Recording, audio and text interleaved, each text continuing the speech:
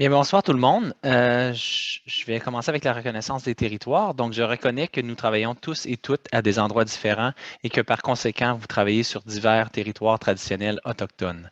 À ce point, je tiens à souligner que je me retrouve sur le territoire visé par le traité numéro 9 et que les terres sur lesquelles les gens du Nord, plus spécifiquement les terres de Hearst, font partie du territoire traditionnel des peuples Ojibwe, Chippewa, Ojibwe, Mushkegowuk, Cri, Algonquin et Métis. Donc, on m'a demandé de faire une petite synthèse de ce que c'était PPE. Je vais vous rappeler notre mission. Donc, notre mission est vraiment d'éclairer, d'accompagner et d'outiller les parents afin qu'on puisse optimiser leur rôle puis les aider à titre de premier éducateur donc, à la famille. Nos valeurs organisationnelles, on a la prévenance, la contribution, la diligence et l'édification. Donc, c'est ce qu'on s'est donné comme mandat depuis la refonte puis la restructuration de PPE. On a plusieurs membres en province, donc nos conseils scolaires, les comités de participation des parents sont les membres, donc eux ont le droit d'envoyer un délégué afin de représenter et de pouvoir voter au niveau du conseil d'administration.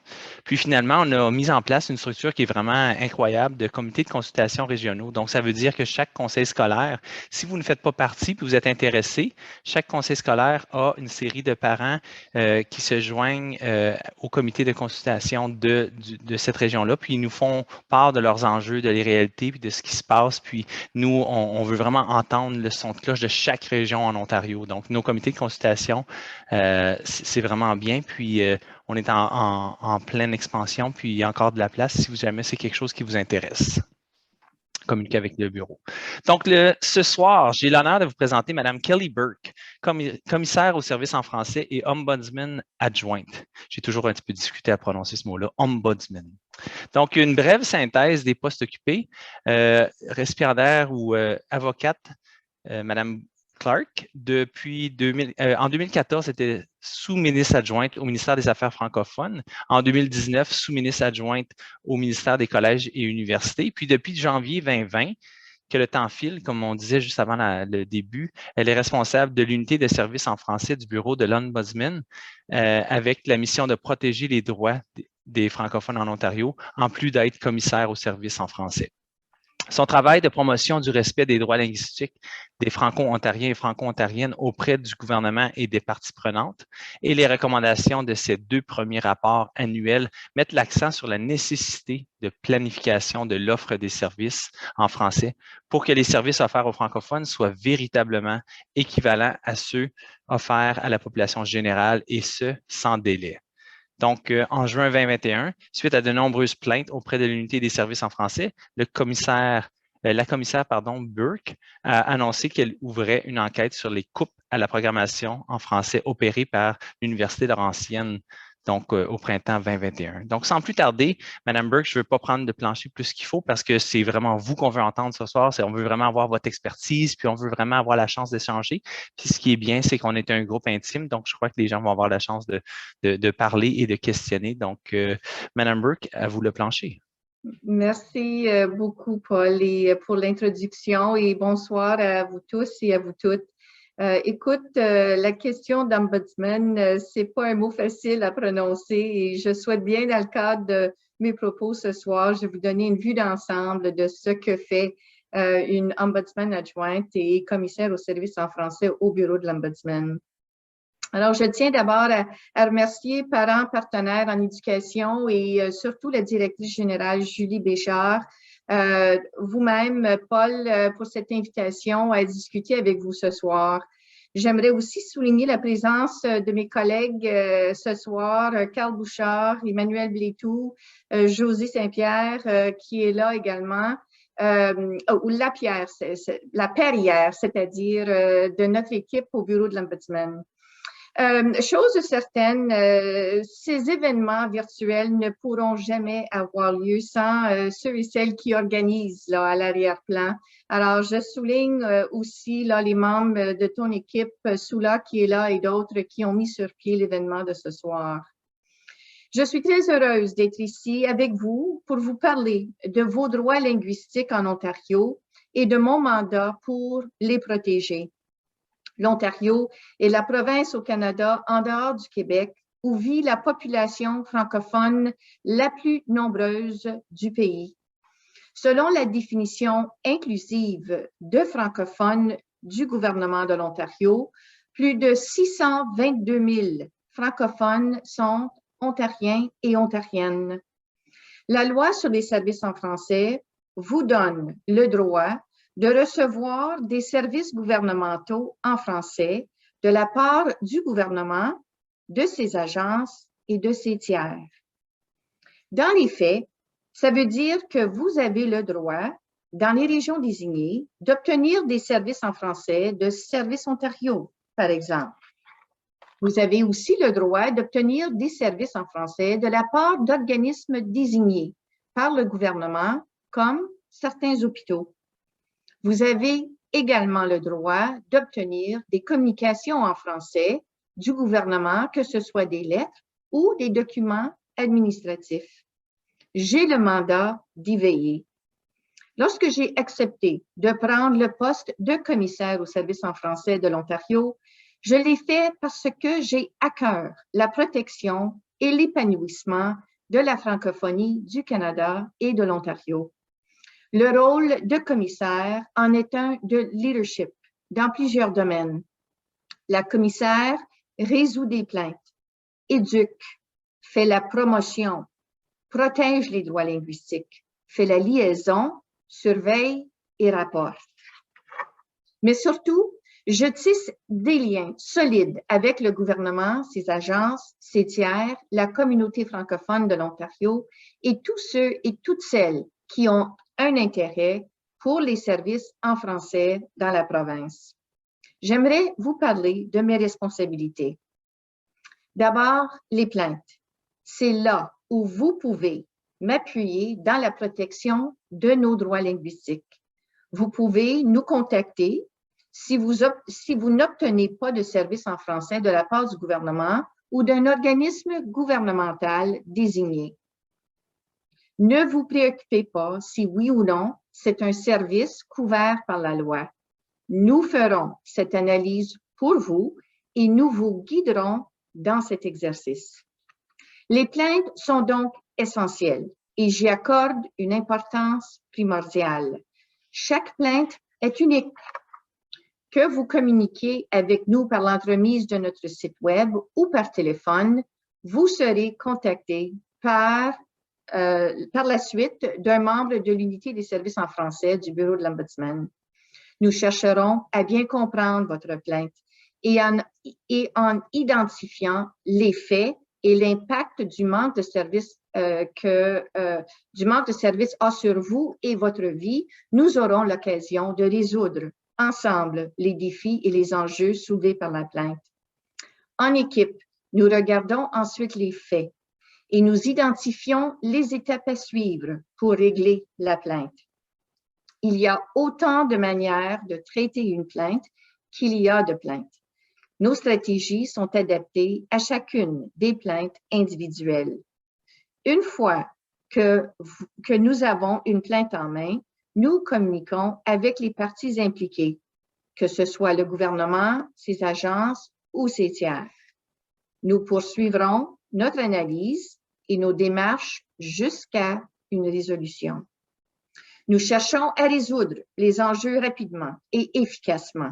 Dans la majorité des cas, nous traitons la plainte directement. Dans certains cas, nous référons la plainte pour traitement par l'organisme directement.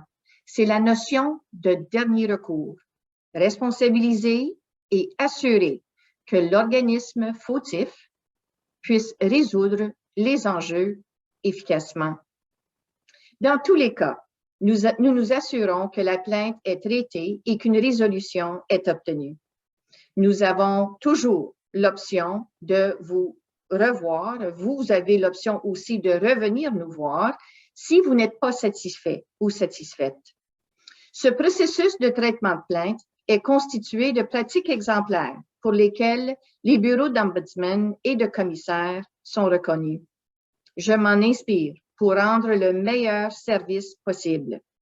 Les plaintes nous permettent aussi d'avoir des conversations basées sur des faits concrets Les faits sont des catalyseurs de changement. Avec des faits, nous pouvons montrer au gouvernement, ses agences et ses tiers, là où des améliorations sont nécessaires. J'aimerais vous donner quelques exemples concrets de notre travail et de recherche de résolution que nous avons obtenus. Les alertes Amber. Dans notre rapport annuel de 2019-2020, nous avons soulevé des enjeux de longue date liés aux alertes Amber. La version française de ces alertes qui signalent l'enlèvement d'enfants était systématiquement en retard ou absente. Nous avons recommandé que le ministère et la police provinciale de l'Ontario continuent leurs efforts visant à garantir une offre de services en français équivalente et sans délai dans le cadre d'émissions d'alerte d'urgence. Le ministère a accepté notre recommandation et a mis en place des mesures pour assurer que les alertes Amber soient émises dans les 2 langues, ce qui est maintenant le cas. Si vous voulez en apprendre davantage sur les cas que nous traitons, je vous invite à consulter le rapport annuel de la commissaire aux services en français et notre infolettre qui se retrouve sur le site Internet du Bureau d'Ombudsman.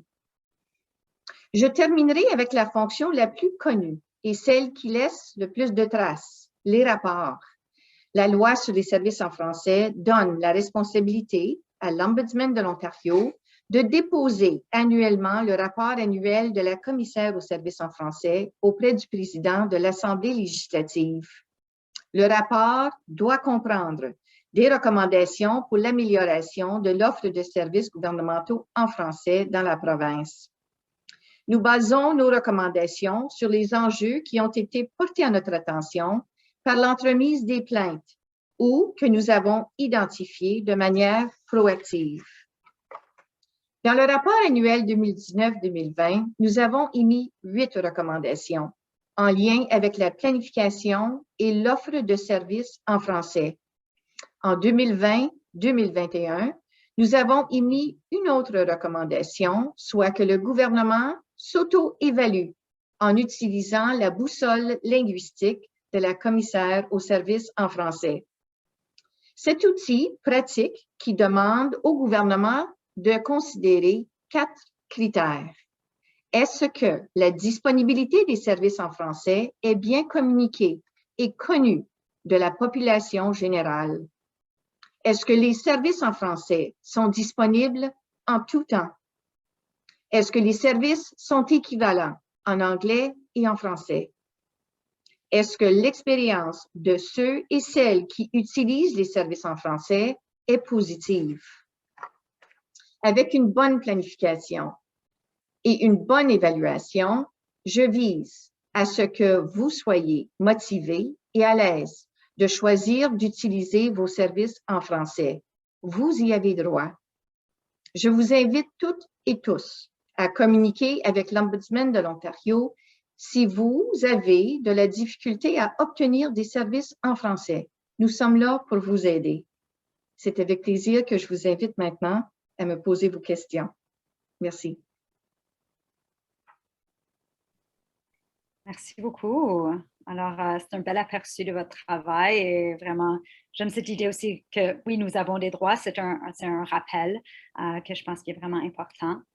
Et ouais, alors j'ai déjà, je viens de le mettre dans le chat aussi, mais oui, alors peut-être en attendant les questions, j'invite tout le monde à mettre des questions dans le chat. Peut-être en tout temps, je vais poser une question et on pourra les rassembler par après, si ça vous convient. Je pense que vous avez déjà répondu à la question de vraiment comment accéder au service, comme si nous avons une plainte, est-ce que nous pouvons aller directement au service de l'Ombudsman ou quel est le processus si nous avons une plainte sur les services en français? Effectivement, vous pouvez communiquer directement avec nous par l'entremise du téléphone, notre site Internet également, qui permet de déposer les plaintes directement vers notre bureau. Comme j'ai mentionné dans mes propos, on fait l'analyse une fois que nous recevons les plaintes pour déterminer les étapes à suivre. Mais en grande partie, aussitôt qu'on reçoit la plainte, on communique avec les plaignants ou la plaignante, le plaignant, pour évaluer, disons, pour établir les faits et évaluer les prochaines étapes à suivre. Super. Je me pose la question des types de plaintes que vous recevez et s'il y a des différences régionaux dans ce que vous voyez un peu dans les plus grands patterns à travers l'Ontario. Ce que nous, on observe de façon proactive, c'est surtout les secteurs touchés par les plaintes. Alors, évidemment, les secteurs peuvent, disons, varier d'une région à une autre, mais en général, je pense que les plaintes que nous recevons touchent les secteurs de façon générale, peu importe là où on habite en province. Alors, je vous donne l'exemple du secteur de la santé. Évidemment, pendant la pandémie, on a vu beaucoup, disons, d'intérêt vis-à-vis l'obtention de services en français dans le secteur de la santé et donc un pourcentage élevé de plaintes qui ont touché le secteur de la santé. On a aussi vu un pourcentage élevé de plaintes reçues qui touchaient d'autres secteurs tels le secteur de la justice, pas nécessairement motivés par les événements qui touchent la pandémie, mais de façon générale, les tribunaux en Ontario, partout en province où on exige un service en français et souvent le service n'est pas rendu et c'est là où on voit plusieurs plaintes. En ce qui a trait dans le secteur de l'éducation, postsecondaire en particulier, cette année, on a vu une augmentation de plaintes pour adresser les enjeux soulevés par les coupes au programme désignés à l'Université Laurentienne. Alors, un autre secteur, et dans ce cas-là, qui touche tout particulièrement la région du Nord, la région de Sudbury, où se trouve l'Université Laurentienne. Ah, vas-y, Paul. Moi aussi, j'avais une petite question. Donc, si j'ai bien compris, les services, les gens, ils font la plainte, ils la font avec, c'est pas des plaintes anonymes là, parce que vous devez aller chercher les faits et l'information. Puis une fois que la plainte est déposée au niveau de l'individu, comme par exemple moi ou une autre personne, est-ce qu'il y a un suivi constant qui est fait avec la personne ou c'est juste à la fin, lors de la résolution, on les appelle pour leur donner le verdict ou ce qui en est résolu à la fin ou est-ce qu'il y a une communication constante avec la personne qui a déposé la plainte? Je suis juste curieux. C'est une bonne question, Paul. Moi, j'insiste sur un service à la clientèle. Alors, lorsque le ou la plaignante dépose une plainte chez nous, je vois ces gens-là comme étant des clients qu'il faut bien impliquer dans le processus, disons, de résolution de plainte. Alors, on communique régulièrement. D'abord, dans un premier temps, on communique avec le ou la plaignante pour obtenir les faits.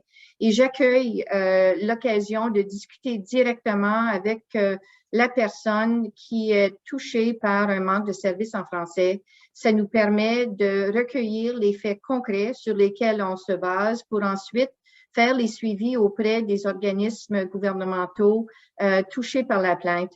Mais au fur et à mesure que le dossier avance, on communique régulièrement avec le ou la plaignante pour permettre un dialogue, mais aussi pour leur mettre au courant de ce qui se passe dans le dossier. Et le dossier n'est pas fermé en autant que je ne sois pas satisfaite avec la résolution qu'on a trouvée. Alors, je pense au fur et à mesure que la plainte est traitée, on a une politique interne qui nous oblige de maintenir un contact régulier avec les plaignants, les plaignantes. Merci. Alors, on commence à recevoir quelques questions. Je vais aller avec la première que j'ai reçue. Donc, c'est concernant comme tu avais mentionné, le domaine de la santé. Alors, si un fournisseur de services de santé refuse d'offrir des services de santé en français, malgré les recommandations des entités et la demande de ces services, alors, si elle refuse de donner des services en français malgré les recommandations, qu'est-ce que vous recommandez?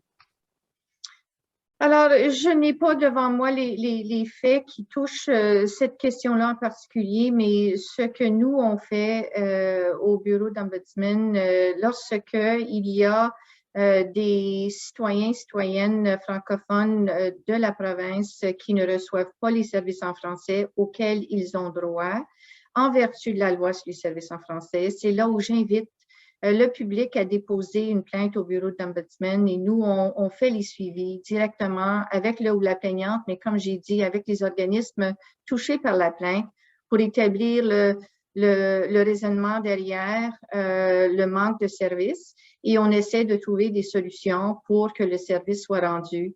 Je veux signaler très clairement que des fois, et même souvent, quelques organismes ne sont pas assujettis à la loi sur les services en français. Et donc, ça fait partie, nous, de notre analyse pour établir si oui ou non la loi s'applique dans un premier temps. Mais même quand la loi ne s'applique pas, souvent, on intervient pour trouver des formules gagnantes qui voient un service accordé à la personne qui cherche son service en français, même si ce n'est pas prévu par la loi. Fantastique, merci. La prochaine question, est-ce que vous recevez beaucoup de plaintes concernant l'accessibilité à l'école en français pour les enfants? Alors, au niveau des plaintes dans le domaine de l'éducation, encore, il faut faire l'analyse pour établir si oui ou non l'organisme en question est assujetti à la loi sur les services en français. Mais ce qu'on a comme possibilité au bureau de l'Ombudsman, c'est que même si la loi sur les services en français ne s'applique pas, le bureau d'Ombudsman a un droit de regard sur les conseils scolaires.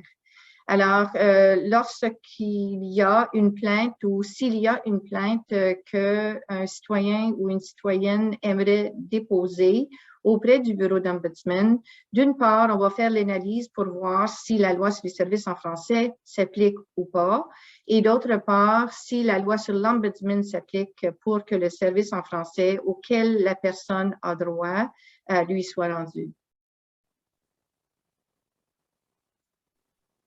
Merci beaucoup. Et en passant, si les gens qui ont posé des questions ont des questions de suivi, vous pouvez le mettre dans le chat ou utiliser la fonction lever la main. Alors, merci pour les questions. La prochaine, la personne dit, elle constate que le bilinguisme en Ontario n'est pas équilibré. Lorsqu'on a besoin d'un service en français, on vous met parfois sur la liste d'attente. Nous avons besoin de faire de la promotion pour les services en français. C'est plutôt un commentaire. Mais... Alors, un commentaire général que je peux offrir sur le commentaire qui a été fait par la personne qui l'a fait. Évidemment, ce que je cherche en tant que commissaire, c'est un service équivalent et sans délai. Et donc, si le service n'est pas équivalent en français, pareil comme le service qui est offert à la population générale, c'est là où j'interviens pour établir comment on peut le rendre équivalent. Et équivalent veut aussi dire sans délai. J'ai mentionné, j'avais l'exemple des alertes Amber et on a travaillé avec le gouvernement pour que ce service-là d'alerte d'urgence soit émise dans les deux langues simultanément.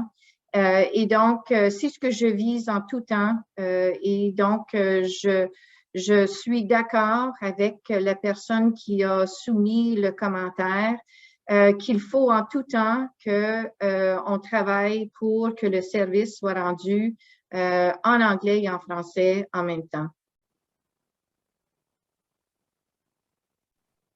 Merci. Vas-y, Walid Naki. Alors, bonsoir tout le monde. Alors, ma question, déjà un constat, heureusement pour moi, j'ai jamais eu de mauvaise expérience. J'ai toujours eu le service en français avec le gouvernement. Peut-être pas toujours parfait, mais c'était bien. J'ai pu avoir le service demandé. Par contre, dans certaines situations, en tant que francophone, j'aurais besoin d'un service en français, mais ce service-là touche le secteur privé et je pense au secteur de santé. Donc là, j'ai besoin parfois d'aller à la pharmacie, je donne une prescription, on me pose des questions, je commence par poser la question, c'est possible d'avoir quelqu'un qui parle français? Malheureusement, non. Je suis bilingue, j'ai un anglais opérationnel, mais honnêtement, je pars frustré. J'ai toujours des questions dans ma tête. Est-ce que j'ai su répondre? Est-ce qu'il m'a posé des questions sur des allergies? Il m'a donné des instructions et je suis pas quasi certain d'avoir bien répondu. Et du coup, je culpabilise, surtout si ça concerne mon fils ou ma conjointe qui parle uniquement français. Du coup, sur certains secteurs, domaines, même si le service n'est pas gouvernemental, on a besoin d'un service en français. Je pense spécifiquement au secteur de santé. Donc là, ma question, est-ce que vous contrôlez aussi, est-ce qu'il y a un moyen de espérer un jour d'avoir au moins dans le domaine de santé un service en français? Et ma deuxième question, par rapport au centre récréatif. Par exemple, maintenant, je suis obligé, pour ne pas priver mon enfant des activités sportives, par exemple, d'inscrire mon fils à des activités sportives en anglais. Mais l'impact est finalement un peu grave puisque mon enfant finit par ne pas aimer l'activité pour la simple raison, il n'arrive pas à comprendre le coach, il a du mal à s'intégrer avec des collègues ou des camarades qui sont principalement anglophones. Et là, il va refuser de participer à cette activité-là. Donc là, le risque, soit il devient introverti et du coup, ça impacte sa personnalité, soit il finit par me dire un jour, j'ai peur d'arriver à ce niveau-là, j'arrête avec le français, mais pourquoi j'apprends le français alors que finalement, j'en ai pas besoin, j'aurais besoin plutôt de l'anglais. Donc, c'est mes deux inquiétudes principalement. En Ontario, je suis à Ottawa, donc on est officiellement bilingue. Côté gouvernement, je pense qu'il y a du bon travail. À 90%, on est bien servi, mais sur certains domaines du secteur privé, on a du mal à trouver le service en français. Donc, ça m'impacte personnellement, mais ça impacte le futur de la population francophone. On va perdre les enfants, ils finissent par se convertir en anglophone. Voilà, merci. Alors, merci pour l'intervention. D'abord, un citoyen parmi d'autres qui habite une région désignée dans la province, alors Ottawa, qui a une politique sur les services en français. On peut certainement encourager la ville à offrir ces services en français, pareil comme il est obligé, ou la ville, elle est obligée de le faire en vertu de sa politique. Alors, de ce côté-là, je pense insister à ce que le service soit rendu pour les services municipaux. C'est quelque chose que j'encourage et nous, au bureau d'Ombudsman, on a un droit de regard sur les municipalités. Et donc, en ce qui a trait aux municipalités qui ont une politique sur les services en français, on pourrait certainement intervenir, voir comment ce service-là pourrait être rendu de façon équivalente. Maintenant, vous avez aussi mentionné le secteur privé. Nous, au bureau d'Ombudsman, notre juridiction touche le secteur public et les organismes gouvernementaux en particulier. Et donc, ce qu'on ne peut pas faire, c'est intervenir auprès des organismes privés. Mais j'encourage les francophones de demander ce service auprès des organismes, même s'ils sont privés. Parce que ce que j'encours auprès des plaignants et des plaignantes qui posent plainte chez nous, c'est ce que vous avez décrit, une frustration de ne pas se faire servir en français.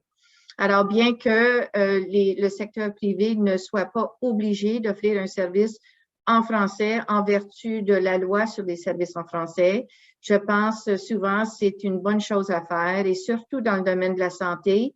On a vu beaucoup là pendant la pandémie que c'est un secteur clé qui de plus en plus accueille une clientèle francophone et devrait s'outiller pour rendre un service en français, peu importe si la loi sur les services en français s'applique ou non.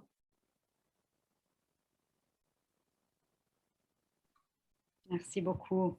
Nous avons une autre question. Quel impact a la loi pour les zones non désignées? Donc, j'imagine pour les secteurs qui ne sont pas couverts par la loi, est-ce que c'est ça? La loi s'applique dans certains secteurs partout en province. Prenons le secteur de la justice comme exemple. Il y a une portée plus large, disons, dans certains secteurs comme la justice et l'éducation. Mais au niveau de la loi sur les services en français, elle s'applique dans les régions désignées de façon précise. Ce qu'on voit avec la technologie en ce moment, c'est que peu importe si on habite en région désignée ou non, la technologie permet de rendre un service partout en province dans les deux langues. Alors, de plus en plus, c'est ce que je fais. Je signale auprès du gouvernement un besoin non seulement d'enrichir les ressources humaines pour offrir un service en personne partout en province, même si on n'est pas en région désignée, mais dans les régions désignées, absolument. Et enrichissons la technologie pour que ce service gouvernemental soit rendu accessible par tout le monde, partout en province. Merci. Alors, est-ce que la loi sur les services en français en Ontario s'applique aux services financiers, notamment les banques? Alors là, encore un secteur à l'extérieur de la juridiction de la loi sur les services en français. Les banques sont gouvernées par la juridiction fédérale et donc la commissaire aux services en français de l'Ontario n'a pas juridiction pour intervenir, pour adresser des plaintes posées vers le secteur financier, les banques en particulier. Oui, c'est intéressant. Ça me fait penser à ce que Walla disait avant. C'est vraiment, c'est des choses privées, mais sont tellement essentielles à la vie. Donc, oui, c'est intéressant. Paul? Oui, votre travail me fascine beaucoup, Mme Burke. Ma prochaine question, c'est elle se répond, j'imagine, en 2 temps. Donc, j'imagine que vous avez des plaintes qui sont répétitives, qui sont vraiment similaires, qui se ressemblent beaucoup. La première partie de ma question, c'est avez-vous des trucs, des suggestions à nous offrir ou à nous partager qui résument peut-être des petits trucs, comme par exemple quand il y a un service en téléphonique, d'appuyer le 2 pour le français, donc de mettre l'emphase sur des choses comme ça. Puis la dernière partie de ma question, c'est s'il y en a plusieurs plaintes qui se ressemblent, qui sont répétitives, est-ce qu'il y a des choix, une liste de diffusion qu'on peut s'abonner pour, saviez-vous, 101 ou quelque chose comme ça, que vous avez le droit à, puis on pourrait aller sur le site, puis s'abonner, puis recevoir une communication soit mensuelle ou, tu sais, puis avec un saviez-vous que telle chose, ou vous avez le droit, ou vous pouvez faire telle chose, donc, ou un plan de communication qui diffuse ça pour les gens, là, pour qu'on le sache, parce que on est tous et toutes occupés, mais si on avait accès à ces choses-là, puis on peut s'abonner, peut-être qu'on prendrait plus la peine de le voir, puis répandre la bonne nouvelle, de parler, puis de demander et exiger nos services en français. Oui. Merci. Et merci encore, Paul, pour la question. D'une part, disons, le truc ou la façon la plus efficace pour adresser les enjeux qui se répètent, disons, c'est de continuer à déposer des plaintes chez nous parce que c'est ce qui motive ensuite l'appareil à intervenir et trouver des solutions et des solutions durables. Souvent, ce qu'on a comme résolution touche non seulement la personne touchée par la plainte qu'il ou qu'elle a déposée, mais la solution affecte ou touche toute personne qui pourrait posé plainte ou qui n'a pas posé plainte, mais a été touché par les mêmes enjeux que la personne qui a déposé la plainte. Et ce qu'on voit souvent, c'est que les ministères, le gouvernement, les organismes gouvernementaux avec lesquels on travaille sont motivés à trouver des solutions non seulement pour traiter du cas individuel, mais aussi pour adresser le problème systémique ou le problème qui touche plus qu'une personne qui aurait déposé une plainte. Alors, déposer une plainte chez nous, ça, c'est une bonne chose à faire. L'autre chose, c'est qu'on communique régulièrement avec le grand public avec une infolettre qui est distribuée sur une base mensuelle. Et on a mes collègues, comme j'ai présenté, qui sont ici aujourd'hui, Emmanuel et José, qui pourront prendre bonne note du fait que certains parmi vous aimeraient peut-être être abonnés à notre infolettre qu'on envoie et qui est accessible sur notre site Internet pour ceux et celles qui sont intéressés à consulter le site. Et de cette façon-là, on maintient un contact régulier avec le public pour souligner ce qu'on a reçu comme enjeu, comment on a aussi résolu les enjeux présentés par les plaintes. Je vous encourage également de lire le rapport annuel de la commissaire qui a été déposé dans les 2 dernières années au mois de décembre et qui se trouve sur notre site Internet également et donc accessible au grand public pour consulter, voir là où sont les enjeux qui continuent à être soulevés par les plaintes que nous recevons quotidiennement. Nous allons aussi envoyer comme une page de lien de ressources et je peux aussi inclure le rapport annuel aussi. Parfait. Je vais demander à Emmanuel, José, peut-être de faire un suivi avec vous également pour ajouter là, le lien vers vous lorsqu'on envoie nos infolettres à chaque mois. Oui, exactement. Alors, une autre question qui continue sur les services financiers, c'est est-ce que vous recevez beaucoup de plaintes de personnes qui ne peuvent pas recevoir de services financiers en français? Alors là, bien que je ne peux pas nécessairement discuter des plaintes que nous recevons, sauf les plaintes qui sont rendues publiques dans les rapports annuels, les infolettres et d'autres, dans le secteur financier, comme j'ai dit, si c'est des questions qui touchent les banques, la juridiction ne nous est pas accordée en vertu de la loi sur les services en français. Mais en ce qui a trait aux services que rend le ministère des Finances de la province de l'Ontario, certainement les services gouvernementaux qui découlent de ce ministère devraient être disponibles dans les 2 langues de façon équivalente et sans délai.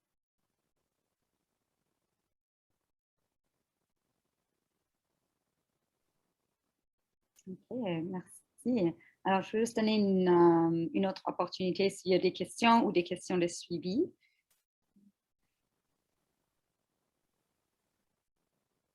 Ah, OK. Oui, est-ce que vous travaillez de concert avec votre homologue fédéral afin de transférer les plaintes qui sont de nature fédérale? Alors, nous avons des liens très étroits avec les commissaires linguistiques partout au pays, y compris le commissaire aux langues officielles, le commissaire Théberge. Les plaintes que nous recevons habituellement sont les plaintes qui touchent l'Ontario de façon précise et si on reçoit une plainte qui touche la juridiction fédérale du commissaire aux langues officielles, on encourage les plaignants de diriger leur plainte vers le commissaire aux langues officielles au lieu de la commissaire aux services en français en Ontario. Alors, j'ai un lien étroit avec le commissaire. On discute des droits linguistiques de façon générale partout au pays et même à l'international. Le lien que nous avons avec les commissaires linguistiques partout au pays nous permettent de partager des pratiques exemplaires dans la résolution de plaintes. Mais le transfert de plaintes ne se fait pas nécessairement directement de notre bureau vers son bureau. C'est plutôt un conseil que nous offrons aux plaignants et aux plaignantes d'aller voir, disons, le commissaire aux langues officielles si nous n'avons pas juridiction pour une plainte qui est posée chez nous et que le fédéral ou la juridiction fédérale s'appliquerait. Merci beaucoup. Walid Maki. Oui, on va une question par rapport aux plaintes. Donc, une fois qu'une plainte est déposée, qu'est-ce qui se passe réellement? Certes, vous allez faire votre propre enquête, mais sur le terrain, quelles sont les actions qui sont prises ou comment, en tant que citoyen, on voit finalement une différence suite à la déposition d'une plainte? Alors, la résolution de plainte est communiquée souvent dans le cadre de rapports que j'émets à chaque année. Alors, de façon très publique, on annonce comment on a résolu des plaintes. Ça se fait également par le biais de nos infolettres. Mais dans un premier temps, on informe les plaignants et les plaignantes de la résolution qui a été apportée à la plainte qui a été déposée. Ce qui se passe sur le terrain, c'est qu'en grande partie, on soulève les enjeux auprès des organismes gouvernementaux touchés par la plainte. On identifie des postes de possibilités pour résoudre la plainte et comment adresser, disons, les enjeux soulevés par les plaintes individuelles qui pourraient aussi résoudre d'autres plaintes qui pourraient suivre cette plainte-là ou c'est un enjeu peut-être qui n'a pas été soulevé par une plainte, mais qui existe toujours. Alors, ce qu'on fait avec les ministères, les organismes gouvernementaux, on essaie de trouver une solution qui va adresser l'enjeu de façon large. Souvent, on trouve des solutions qui permettent de résoudre l'enjeu largement. D'autres temps, c'est une question qui est vraiment précise et touche un cas en particulier et la résolution est communiquée au plaignant ou à la plaignante quand on trouve la solution. Ben, alors, j'ai une question là. Maintenant, lorsqu'on a maintenant, il y a des plaintes, on porte des plaintes maintenant, comment est-ce qu'on mène des enquêtes pour s'assurer réellement quelle est la procédure mettre en place maintenant pour mener des enquêtes? Alors, l'enquête, disons, il y a des mini-enquêtes ou un travail qui se fait pour résoudre la plainte, les contacts qui se fait entre l'équipe que je gère et les organismes gouvernementaux. La direction chez nous s'assure que les plaintes sont résolues de façon efficace. Et en grande partie, on réussit à trouver une solution à nos plaintes. De fait, la grande majorité des plaintes que nous recevons sur une base annuelle sont résolues avec des solutions durables. Et donc, quand vous déposez chez nous, et je l'ai déjà mentionné, c'est pas le simple fait de déposer et ensuite on attend des mois ou des années avant d'obtenir une réponse.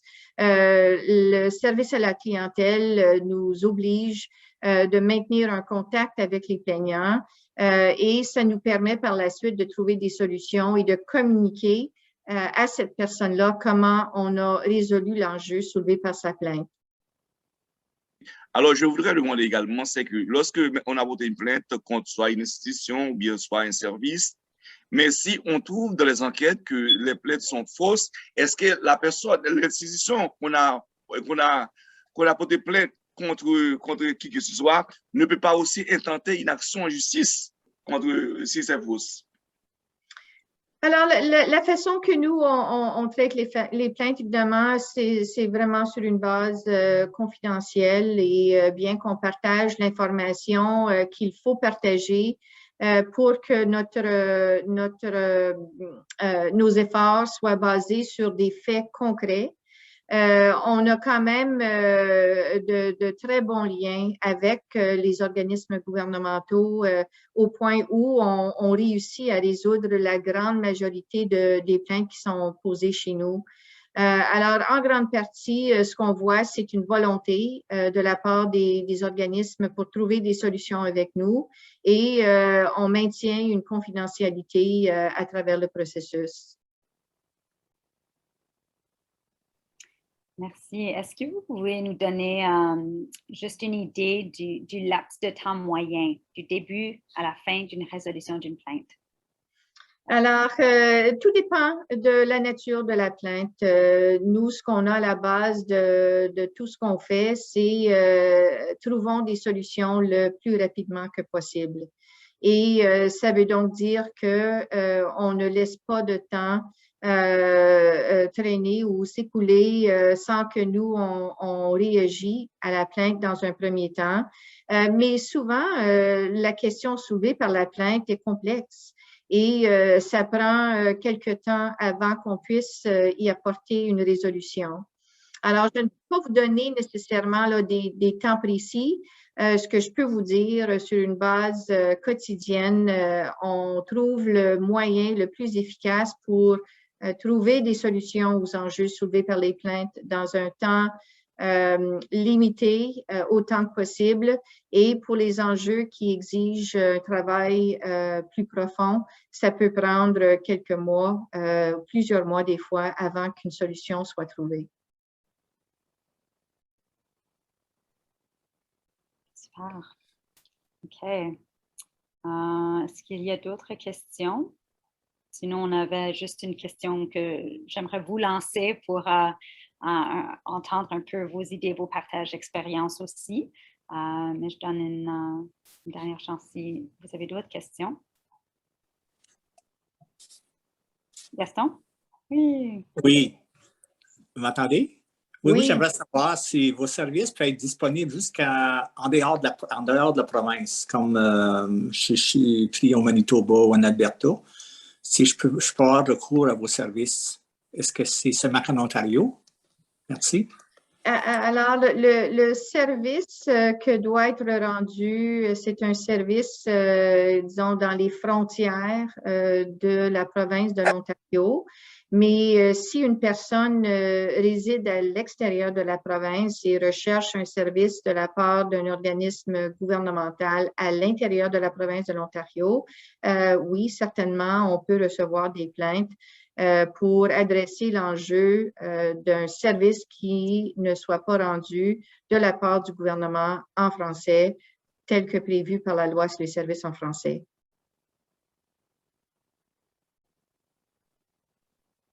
Ah, merci. Wow, il y avait beaucoup de questions. Merci énormément pour votre intérêt, votre engagement. Je suis curieuse. Je vais préparer, d'habitude, on prépare des questions, des discussions pour susciter, pour vraiment vous connaître et donner la chance de parler de cette problématique. Alors, j'aime penser des fois des défis. Qu'est-ce qui ne fonctionne pas bien pour vous dans ça et qu'est-ce qui fonctionne bien? Alors, qu'est-ce qui vous... Et ça m'a fait penser vraiment à Paul, ta question, vos trucs. Alors, étant donné qu'on a peu de temps de reste, peut-être juste 5 minutes avant qu'on clôture, j'aimerais savoir si vous voulez partager entre vous, entre nous, les trucs, qu'est-ce que vous utilisez, comment vous accédez aux services en français ou comment est-ce que si vous ne vous trouvez pas de services en français, comment est-ce que vous gérez ça? Peut-être des applications ou des stratégies. Si vous en avez, vous aimeriez en partager, soit levez la main ou mettez-le dans le chat aussi.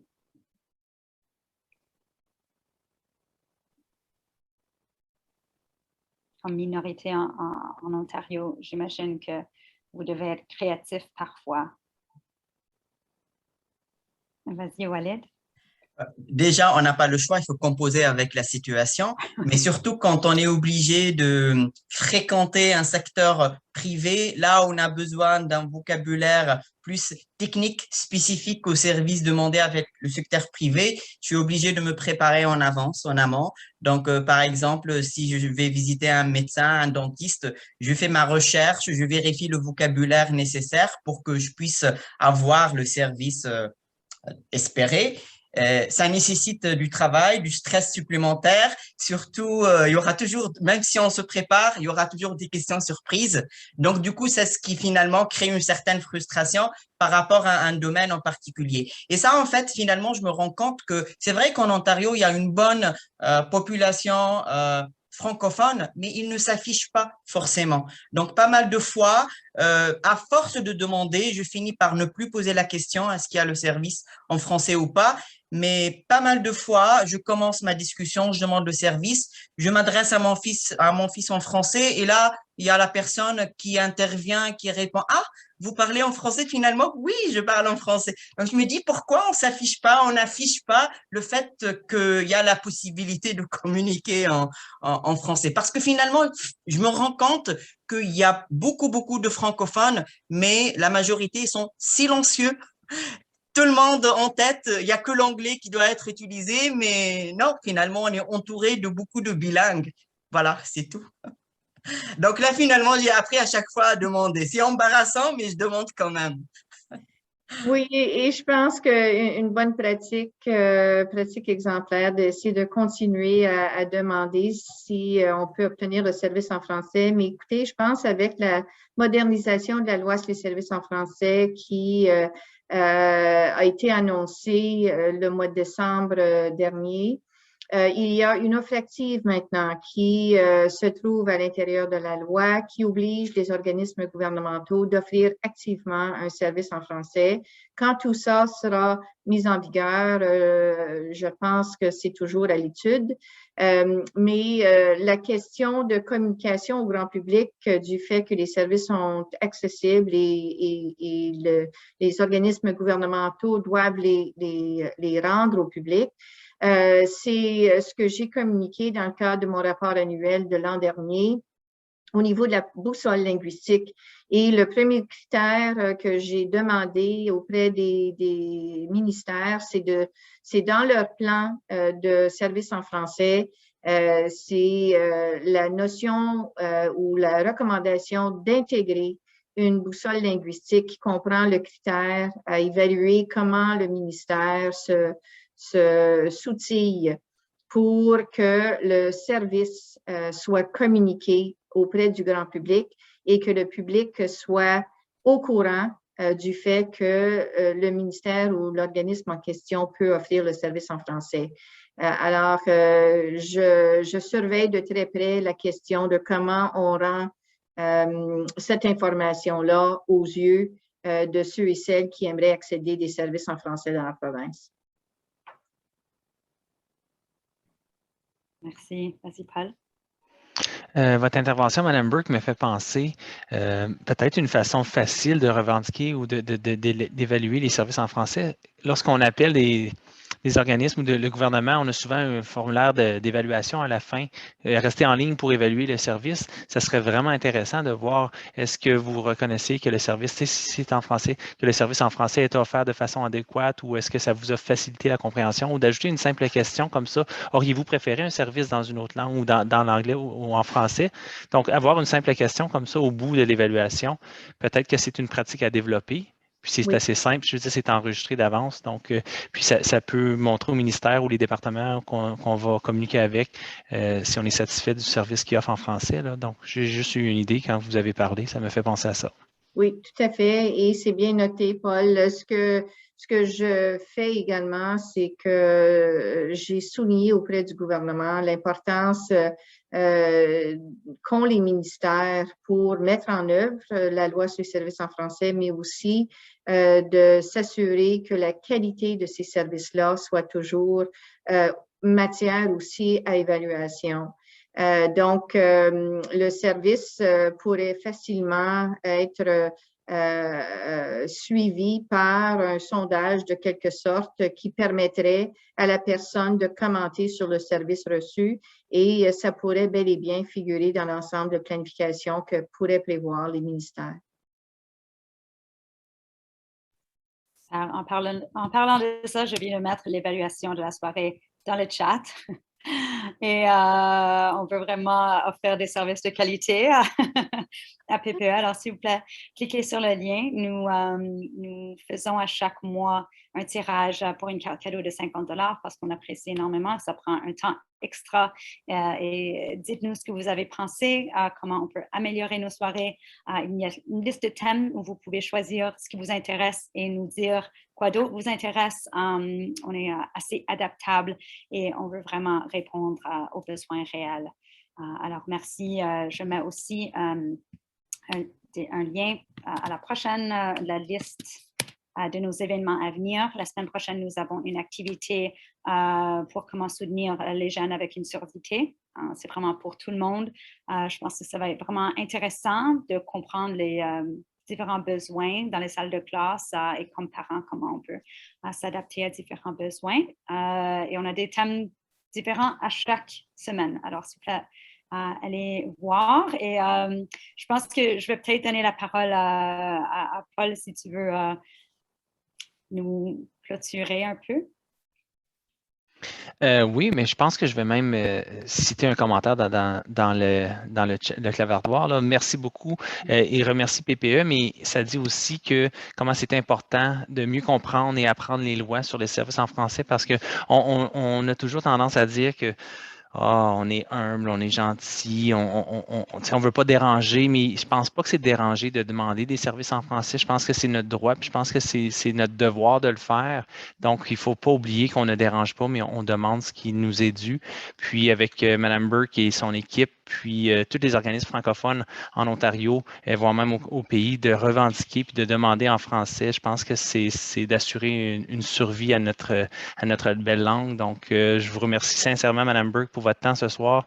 Je pense que les gens apprécient de voir que ça pouvait paraître sec comme atelier, mais vous avez rendu ça vraiment simple et vraiment clair. Donc, encore une fois, je vous remercie beaucoup. Puis, merci aux participants d'avoir été ici ce soir. Au plaisir de vous revoir dans un prochain atelier. Et merci pour l'invitation encore une fois ce soir. Et juste un dernier mot, quand vous déposez une plainte aussi pour enchaîner avec ce que tu dis, Paul, une des choses que ça fait, ça nous permet d'améliorer les services en français dans la province. Alors, une plainte peut résoudre plusieurs enjeux et on les accueille.